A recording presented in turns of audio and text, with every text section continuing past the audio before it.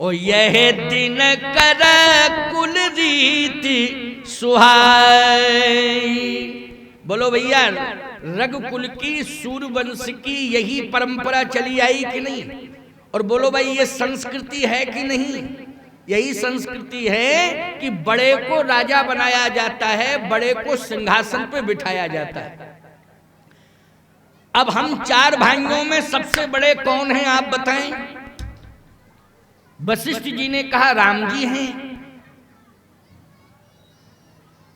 लेकिन वो तो वन चले गए और 14 साल बाद लौटेंगे।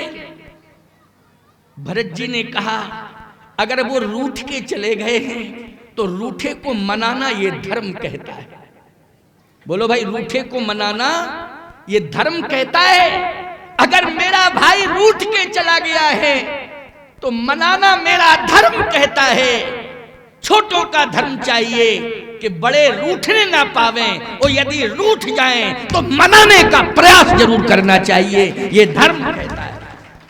बोलो, ये हमारे यहाँ की संस्कृति है कि नहीं? ये संस्कृति है। रूठे सुजन मनाइए, जो रूठे 100 बार। क्यों भाई? 100 बार रूठ जाए तो मनाना चाहिए। और परमात्मा रूठ जाए साधारण नहीं है। रूठ के कौन चले गए अयोध्या से? भले ही कोई दशरथ नंदन राम कहे, लेकिन मैं तो ये कहूंगा ब्रह्म राम ही अयोध्या से चला गया है।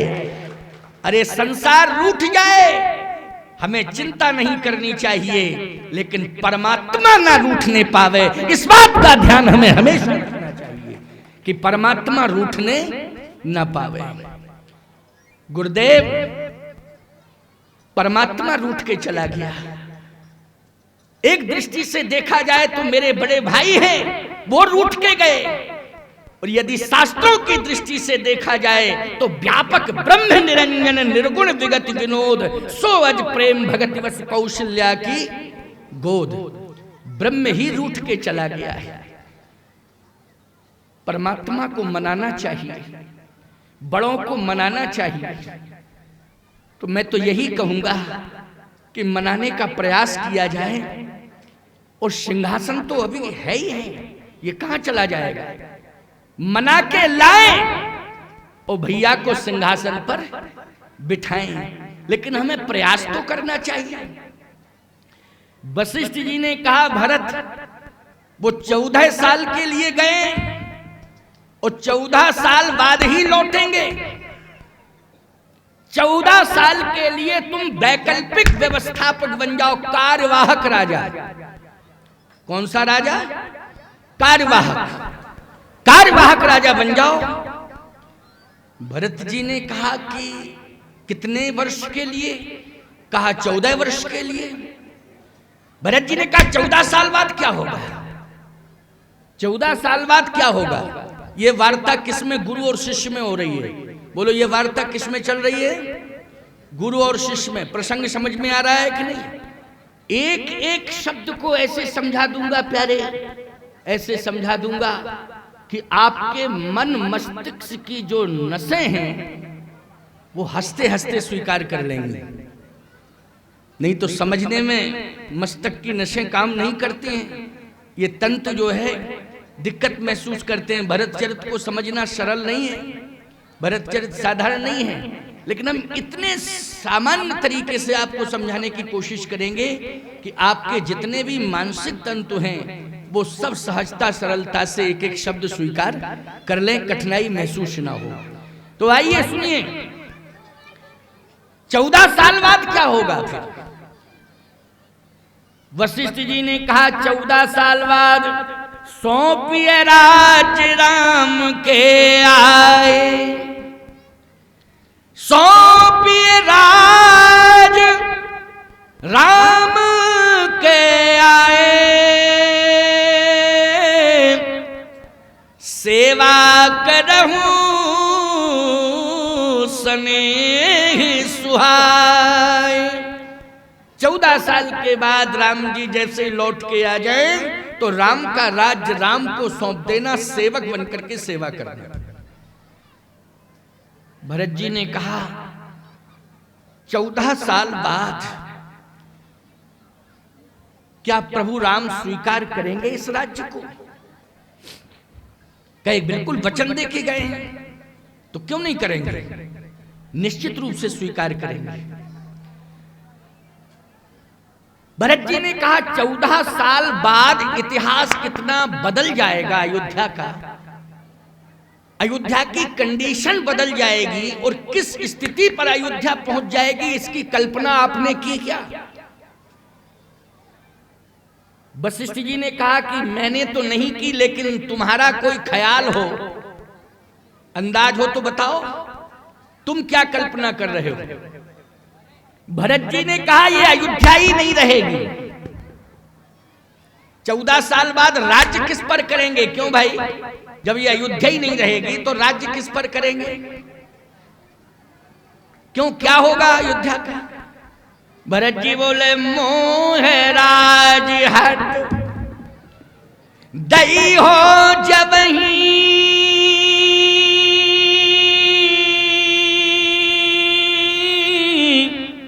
तो ये रसा रसा तल जई है तब ही, ये रसा रसा तल जई है तब ही, ये अयोध्या ही रसातल में चली जाएगी।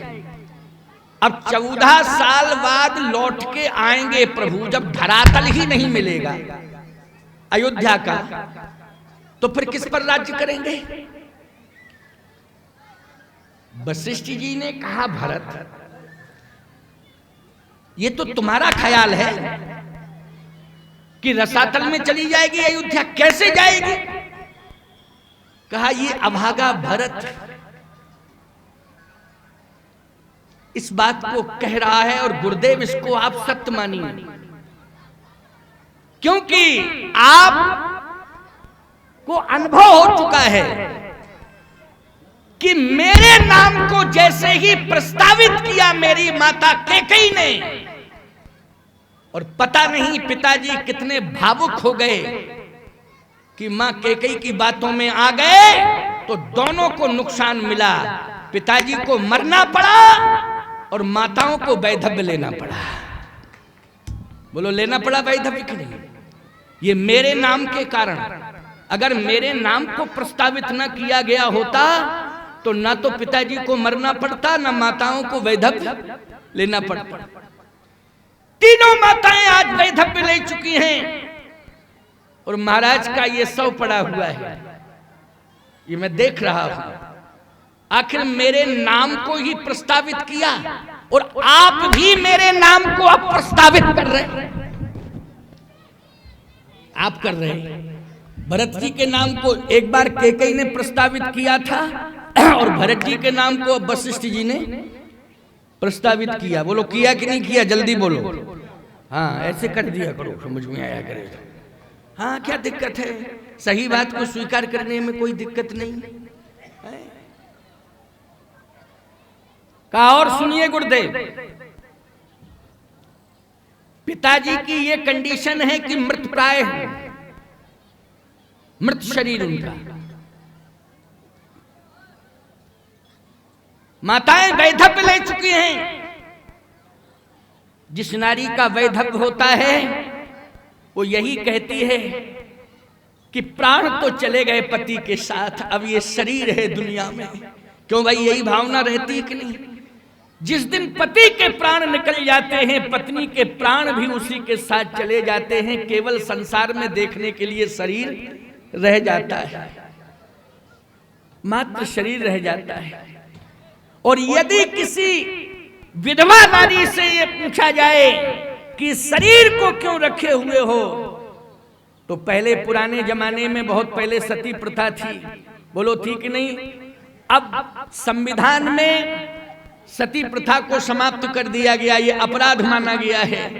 तो फिर शास्त्र कहता है कि घबराने की जरूरत नहीं है, बस पति चला गया है तो जगत पति के चरणार बिंदों में अपना शरीर निछावर कर दो, समर्पित कर दो।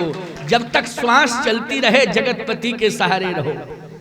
बोलो भाई, पति के जाने के बाद किसका सहारा है? जगत पति का सहारा है। इससे बड़ा सहारा और दुनिया में कोई दूसरा हो नहीं सकता।